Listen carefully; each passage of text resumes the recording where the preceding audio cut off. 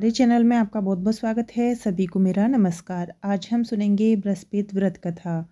किसी राज्य में एक प्रतापी और दानी राजा राज्य करता था। वह नित्य गरीबों और ब्राह्मणों की सहायता करता था। यह बात उसकी रानी को अच्छी नहीं लगती थी। वह ना ही गरीबों को दान देती थी, ना ही भगवान का पूजन करती थी, और राजा को भी दान देने से मना किया करती थी। एक दिन राजा शिकार खेलने वन में गए हुए थे, तो रानी महल में अकेली थी। उसी समय बृहस्पति देव साधु वेश में राजा के महल में भिक्षा लेने के लिए आए और भिक्षा मांगी। रानी ने भिक्षा देने से इनकार कर दिया और कहा, हे साधु महाराज, मैं तो दान पुण्य से तंग आ गई हूँ। मेरा पति सारा धन लुटाते रहते हैं। मेरी इच्छा है कि हमारा धन नष्ट हो जाए, फिर ना रहेगा बांस और ना बजेगी बांसुरी। साधु ने कहा, देवी, तुम तो बड़ी विचित्र हो। धन संतान तो सभी चाहते हैं, पुत्र और लक्ष्मी तो पापी के घर भी होनी चाहिए। यदि तुम्हारे पास अधिक धन है तो भूखों को भोजन दो, प्यासों के लिए प्याऊ बनवाओ, मुसाफिरों के लिए धर्मशाला खुलवाओ। जो निर्धन अपनी कुंवारी कन्याओं का विवाह नहीं कर सकते, उनका विवाह करा दो। ऐसे और कई काम हैं जिनके करने से तुम्हारा यश लोक परलोक में फैलेगा। परंतु रानी पर उपदेशों का कोई प्रभाव ना पड़ा। वह बोली, महाराज, आप मुझे कुछ ना समझाएं। मैं ऐसा धन नहीं चाहती जो हर जगह बांटती फिरूं। साधु ने उत्तर दिया, यदि तुम्हारी ऐसी इच्छा है तो तथास्तु। तुम ऐसा करना कि बृहस्पति को घर लीपकर पीली मिट्टी से अपना सिर धोकर स्नान करना, भट्टी चढ़ाकर कपड़े धोना। ऐसा करने से आपका सारा धन नष्ट हो जाएगा। इतना कहकर वह साधु महाराज वहाँ से अलोप हो गए। साधु के अनुसार कही बातों को पूरा करते हुए रानी को केवल 3 बृहस्पति ही बीते थे कि उसकी समस्त धन संपत्ति नष्ट हो गई। भोजन के लिए राजा का परिवार तरसने लगा। तब एक दिन राजा ने रानी से बोला कि हे रानी, तुम यहीं रहो, मैं दूसरे देश को जाता हूँ, क्योंकि यहाँ पर सभी लोग मुझे जानते हैं, इसलिए मैं कोई छोटा कार्य नहीं कर सकता। ऐसा कहकर राजा परदेश चला गया। वहाँ वह जंगल से लकड़ी काट कर लाता और शहर में बेचता। इस तरह वह अपना जीवन व्यतीत करने लगा। इधर राजा के परदेश जाते ही रानी और दासी दुखी रहने लगीं। एक बार जब रानी और दासी को 7 दिन तक बिना भोजन के रहना पड़ा तो रानी ने अपनी दासी से कहा, हे दासी, पास ही के नगर में मेरी बहन रहती है, वह बड़ी धनवान है। तू उसके पास जा और कुछ ले आ, ताकि थोड़ी बहुत गुजर बसर हो जाए। दासी रानी की बहन के पास गई। उस दिन गुरुवार था और रानी की बहन उस समय बृहस्पति व्रत की कथा सुन रही थी। दासी ने रानी की बहन को अपनी रानी का संदेश दिया, लेकिन रानी की बड़ी बहन ने कोई उत्तर नहीं दिया। जब दासी को रानी की बहन से कोई उत्तर नहीं मिला तो वह दुखी हुई और उसे क्रोध भी आया। दासी ने वापस आकर रानी को सारी बात बता दी। सुनकर रानी ने अपने भाग्य को कोसा। उधर रानी की बहन ने सोचा कि मेरी बहन की दासी आई थी, परंतु मैं उससे नहीं बोली, इससे वह बहुत दुखी हुई होगी। कथा सुनकर और पूजन समाप्त करके वह अपनी बहन के घर आई और कहने लगी, हे बहन, मैं बृहस्पतिवार का व्रत कर रही थी। तुम्हारी दासी मेरे घर आई थी, परंतु जब तक कथा होती है तब तक ना तो उठते हैं और ना ही बोलते हैं, इसलिए मैं नहीं बोली। कहो दासी, क्यों गई थी? रानी बोली, बहन, तुमसे क्या छिपाऊं, हमारे घर में खाने तक को अनाज नहीं था। ऐसा कहते कहते रानी की आंख भर आई। उसने दासी समेत पिछले 7 दिनों से भूखे रहने तक की बात अपनी बहन को विस्तार पूर्वक सुना दी।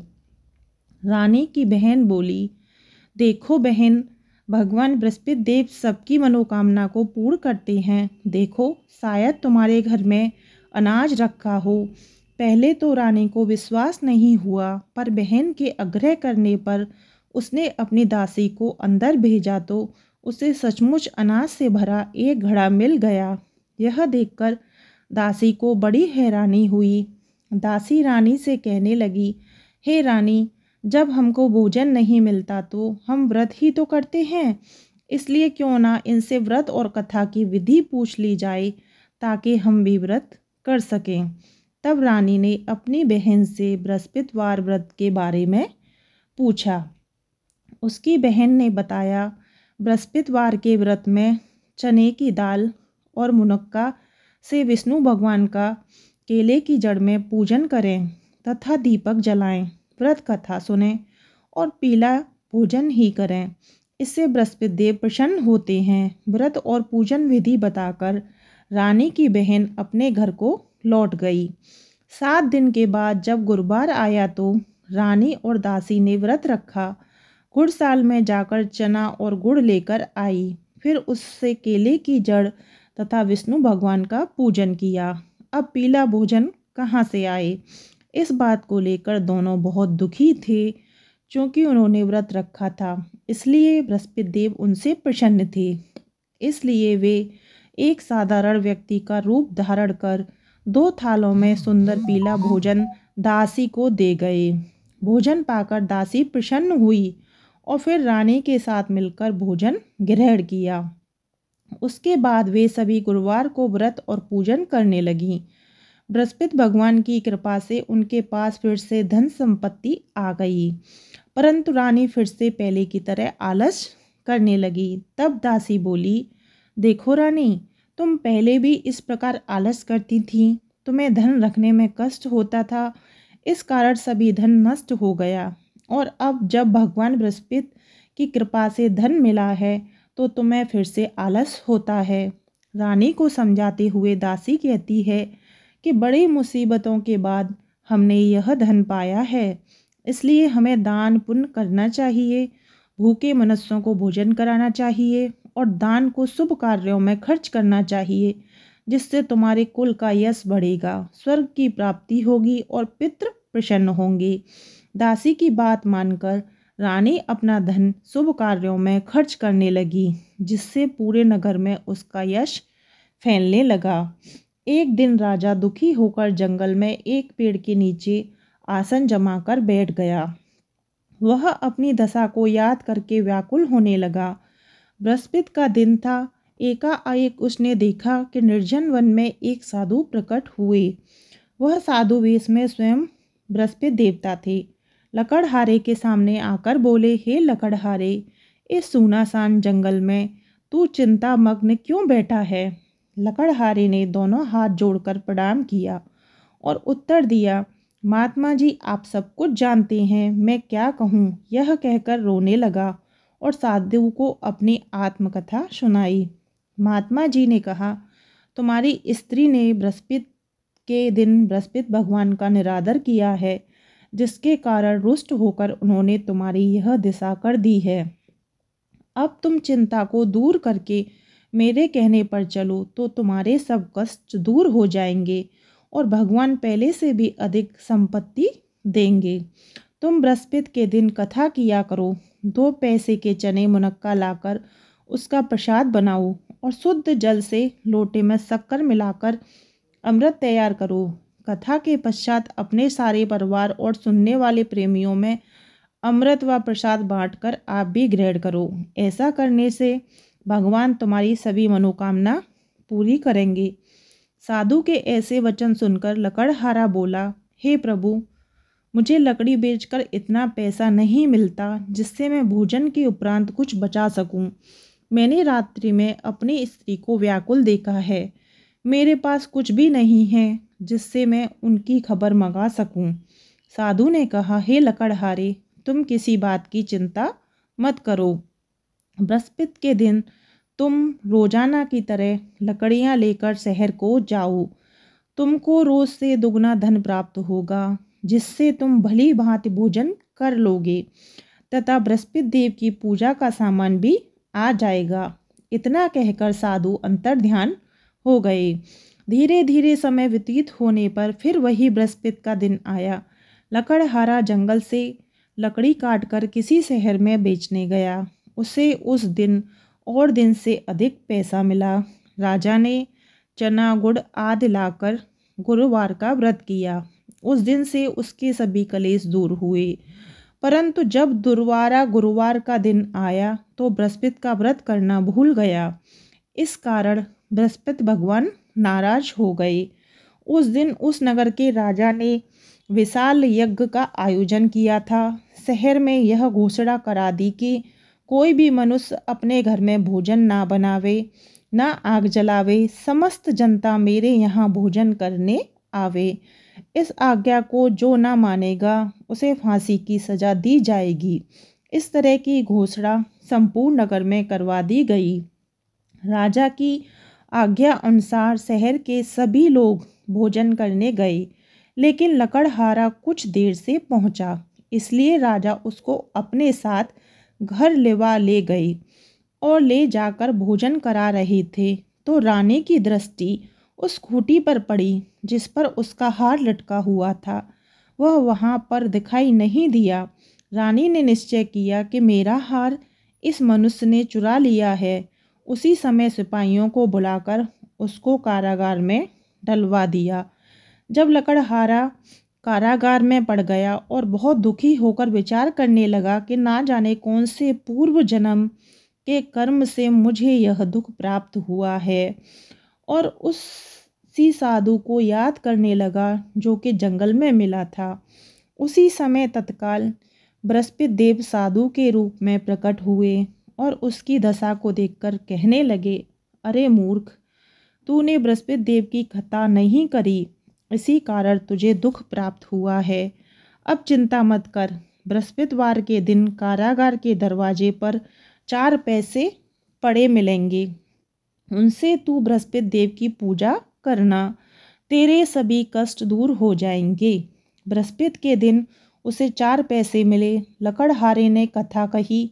उसी रात्रि को बृहस्पति देव ने उस नगर के राजा को स्वप्न में कहा, हे राजा, तुमने जिस आदमी को कारागार में बंद कर दिया है वह निर्दोष है, वह राजा है, उसे छोड़ देना। रानी का हार उसी खूंटी पर लटका है। अगर तू ऐसा नहीं करेगा तो मैं तेरे राज्य को नष्ट कर दूंगा। इस तरह रात्रि के स्वप्न को देखकर राजा प्रातःकाल उठा और खूंटी पर हार देखकर लकड़हारे को बुलाकर क्षमा मांगी तथा लकड़हारे को योग्य सुंदर वस्त्र आभूषण देकर विदा कर दिया। बृहस्पति देव की आज्ञा अनुसार लकड़हारा अपने नगर को चल दिया। राजा जब अपने नगर के निकट पहुंचा तो उसे बड़ा आश्चर्य हुआ। नगर में पहले से अधिक बाग, तालाब, कुएं तथा बहुत सी धर्मशालाएं, मंदिर आदि बन गई हैं। राजा ने पूछा, यह किसका बाग और धर्मशाला है?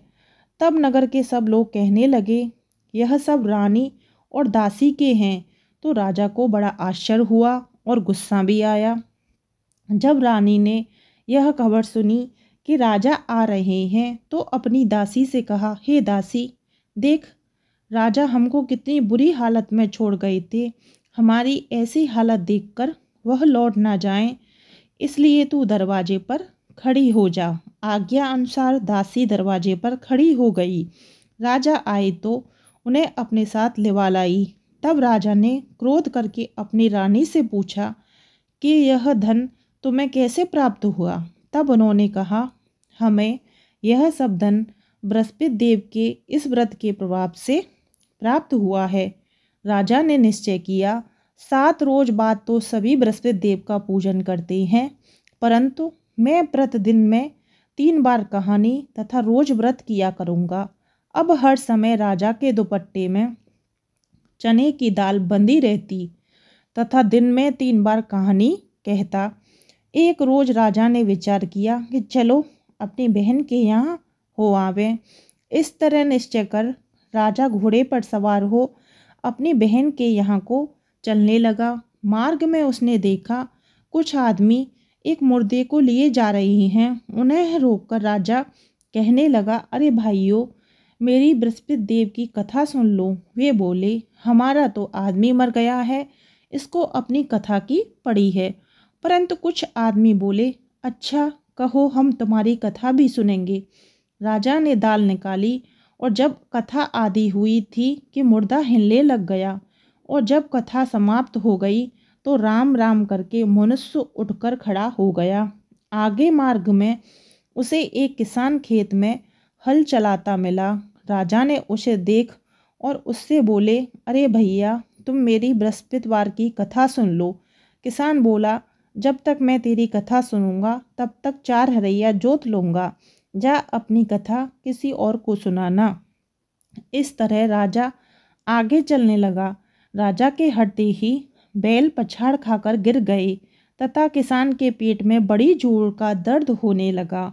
उस समय उसकी माँ रोटी लेकर आई। उसने जब यह देखा तो अपने पुत्र से सब हाल पूछा और बेटे ने सभी हाल कह दिया। तो बुढ़िया दौड़ी दौड़ी उस घुड़सवार के पास गई और उससे बोली कि मैं तेरी कथा सुनूंगी, तू अपनी कथा मेरे खेत पर चलकर ही कहना। राजा ने बुढ़िया के खेत पर जाकर कथा कही, जिसे सुनते ही वह बैल उठ खड़े हुए तथा किसान के पेट का दर्द भी बंद हो गया। राजा अपनी बहन के घर पहुंचा। बहन ने भाई की खूब मेहमानी की। दूसरे रोज प्रातःकाल राजा जागा तो वह देखने लगा कि सब लोग भोजन कर रहे हैं। राजा ने अपनी बहन से कहा, ऐसा कोई मनुष्य है जिसने भोजन नहीं किया हो?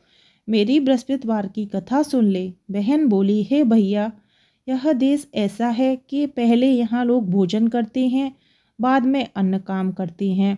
अगर कोई पड़ोस में हो तो देख कर आऊँ। वह ऐसा कहकर देखने चली गई, परंतु उसे कोई ऐसा व्यक्ति नहीं मिला जिसने भोजन ना किया हो। अंत वह एक कुम्हार के घर गई जिसका लड़का बीमार था।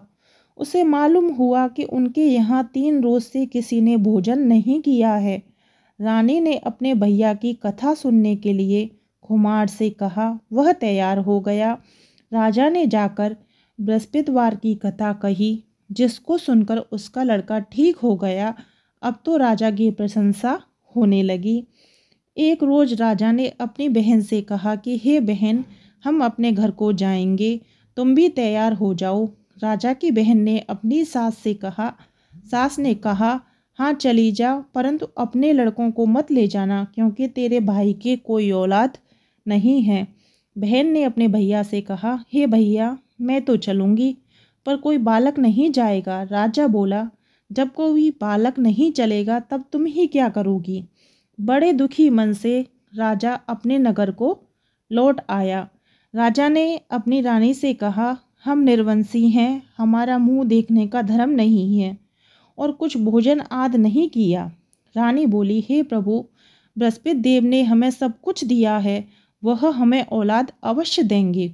उसी रात को बृहस्पति देव ने राजा से स्वप्न में कहा, हे राजा, उठ, सभी सोच त्याग दे, तेरी रानी गर्भ से है।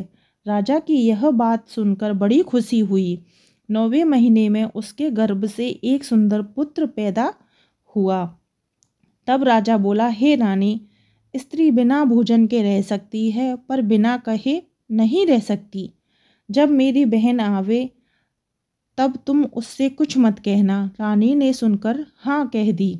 जब राजा की बहन ने यह शुभ समाचार सुना तो वह बहुत खुश हुई तथा बधाई लेकर अपने भाई के यहाँ आई। तभी रानी ने कहा, घोड़ा चढ़कर तो नहीं आई, गधा चढ़ी आई। राजा की बहन बोली, भाभी, मैं इस प्रकार ना कहती तो तुम्हें औलाद कैसे मिलती? बृहस्पति देव ऐसे ही जैसे जिसके मन में कामनाएं हैं सभी को पूर्ण करते हैं। जो सद्भावनाओं पूर्वक बृहस्पति का व्रत करते हैं, कथा सुनते हैं, बृहस्पति देव उसकी सभी समस्त मनोकामनाएं पूर्ण करते हैं। तो यह थी बृहस्पतिवार की व्रत कथा। वीडियो पसंद आई हो तो चैनल को सब्सक्राइब करें और वीडियो को लाइक शेयर अवश्य करें। इस तरीके की सभी व्रत कथाएं आपको हमारे चैनल पर मिल जाएंगी, तो प्लीज़ चैनल को सब्सक्राइब करें।